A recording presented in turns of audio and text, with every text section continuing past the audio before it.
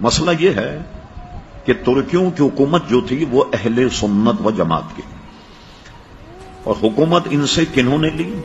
یہ آل سعود اور آل شیخ۔ آل سعود سے مراد یہ بادشاہ ہیں جو چل رہے ہیں، اور ٹیک اوور کرنے کے بعد انہوں نے اس کا نام ہی سعودی عرب اس لیے رکھا، اس کا نام سعود تھا جس نے حملہ کر کے مسلمان حکومت لی۔ آل شیخ جو ہیں یہ آل شیخ محمد بن عبد الوہاب کی اولاد، یہ آل شیخ کہلاتے۔ انہوں نے کیا کیا کہ حرم شریف پر حملہ کرنے سے پہلے ایک معاہدہ کیا۔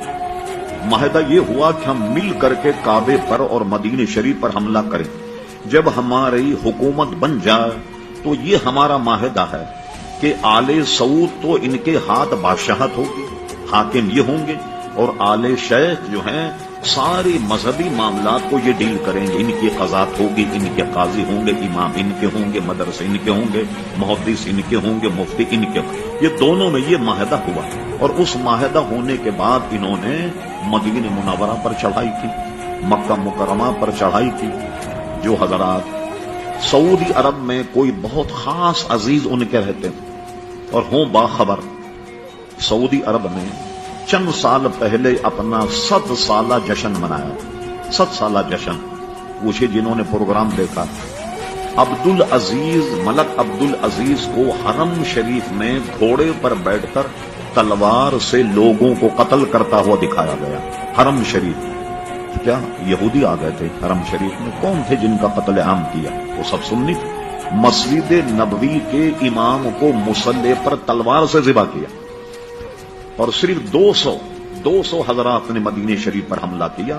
میں سن 77 میں پہلی مرتبہ مدینہ شریف گیا، قطب مدینہ حضرت اللہ مولانا ضیاء الدین صاحب مدنی رحمت اللہ علیہ کے یہاں 40 دن رہا، معاملات سنتا رہا، تو انہوں نے بتایا کہ صرف 200 آدمیوں نے حملہ کیا تھا مدینہ شریف، اور وہ اتنے پکے دیندار سنی تھے ترکی کہ جب انہوں نے حملہ کیا انہوں نے ہتھیار ڈال دیے، اور یہ کہہ کر ہتھیار ڈال دیے کہ حرم رسول میں ہم قتل نہیں کریں گے۔ خود قتل ہو گئے مگر انہوں نے دفاع نہیں کیا۔ یہی حال مکہ کا ہوا، اور انہیں حکومت لی، لوگ سب بھول جاتے ہیں۔ ہوا یہ کہ حکومت لینے کے بعد سب سے پہلا کام کیا کیا انہوں نے؟ یہ بات ہے 1925 کے بعد کی 29 تک اور 30 تک ان کا آپریشن مکمل ہوا۔ جنت البقیع پر بلڈوزر چلائے، گیتی اور پھاوڑے سے جنت البقیع کے شاندار مزارات اکھیڑ کر پھینکا، اہل بیت کے مزارات اکھیڑ کر پھینکے۔ سب سے شاندار مزار جنت البقیع میں حضرت عثمان غنی رضی اللہ عنہ کا، اس کے اینٹ پتھر الگ کر کے اس کو زمین بوس کیا۔ پھر اس کے بعد جناب انہوں نے جنت مالا کا قبرستان جو ہے اس کو زمین بوس کیا۔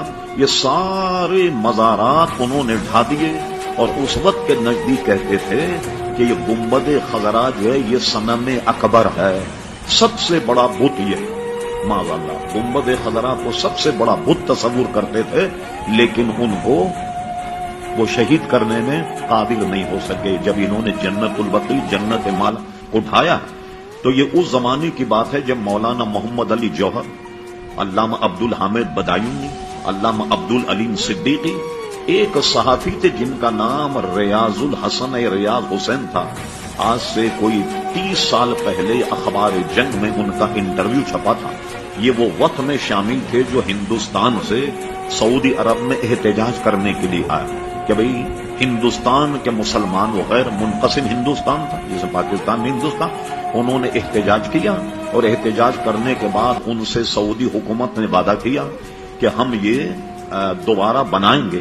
یہ جو آپ ان بزرگوں کے مزار پر کچھ پتھر رکھے ہوئے دیکھتے ہیں کہ جس سے یہ پتہ لگ جائے کہ یہ حضرت فاطمہ کا مزار ہے، یہ حضرت امام حسن کا ہے، یہ اسی وقت کی برکت کہ یہ پتھر لگا کر انہوں نے ایک طرح سے نشاندہی کر دی کہ یہ ان کے مزارات ہیں، لیکن اس کے بنانے کا وعدہ انہوں نے پورا نہیں کیا۔ حضرت خدیجۃ الکبریٰ کا روضہ جنت مالا بہت شاندار بنا ہوا تھا۔ کسی صاحب کے پاس وقت ہو اس فقیر کے پاس آئیں، وہ تمام آپ کو میں فوٹو دکھاؤں گا کہ جو اس کے ڈھانے سے پہلے جنت البقیع جنت مالا۔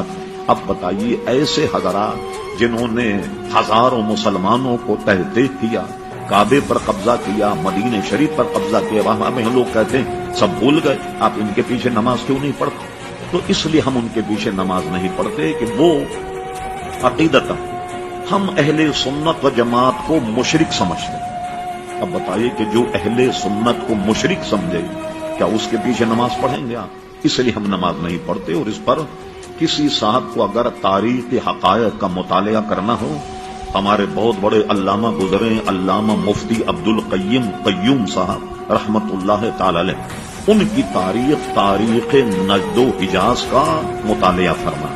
چلیے تو ہم مولویوں کی بات کریں۔ محمد بن عبد الوہاب کیا تھا؟ آپ انٹرنیٹ پر سرچ کریں آپ، ہم فرے کے اعترافات۔ یہ ہم فرے کون تھا؟